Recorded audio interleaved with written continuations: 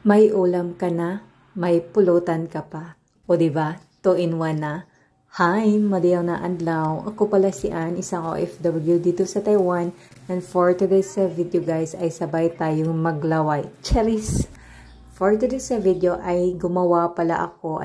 Nagluto ako nitong pork liempo salad. Ang ingredients ko dito, pork belly, paminta, ketchup, bawang, ginger, kamatis, cucumber, at syempre ang kalamansi at chili, vinegar, and soy sauce. O diba, dami?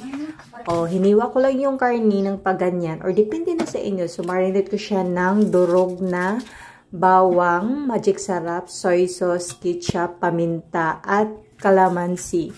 Tapos guys, imikos-mikos nyo na kasi para manuot talaga yung lasa doon sa karne. And then, i-marinate lang siya ng 30 minutes to 1 hour.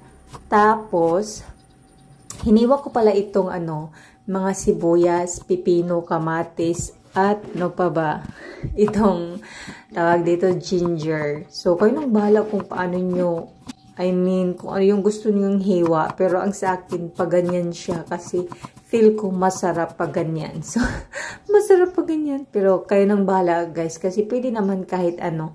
And then, set aside yan dahil magluluto na tayo. Itong putahe na to ay siya, grilled, pero ang gamit ay kawali, o diba?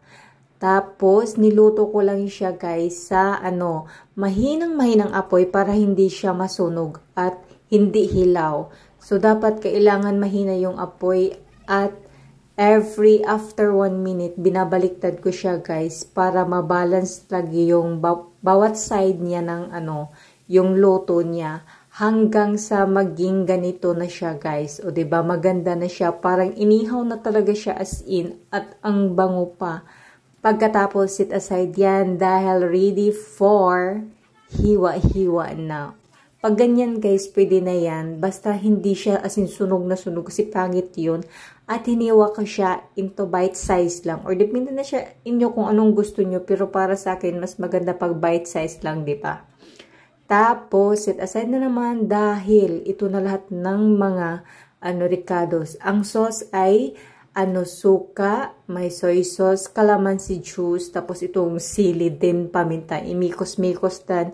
Sinunod ko yung ginger, kamatis, at saka itong sibuyas. Imikos-mikos, sit aside, and then next kong ginawa itong liempo at itong pipino. Mikos-mikos pa rin, and then sinunod ko na dito yung sauce na may mga na, tawag yan. Hindi ko na alam ako kung gumawa. So, ito na siya, guys.